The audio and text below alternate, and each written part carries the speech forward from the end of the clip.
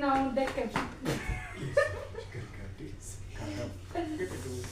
ተቆርጠሽ ነው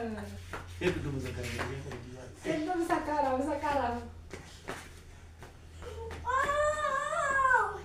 አሁንማ ብቻዋን ተቀናቃኝላትም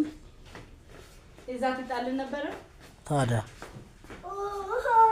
ከእንደምን ጋር ትቦጭ ነበር ከናቢ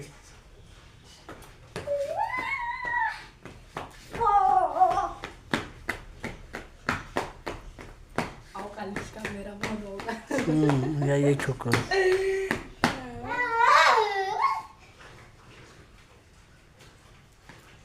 ኮፍያ ግን ይሸፍንሻል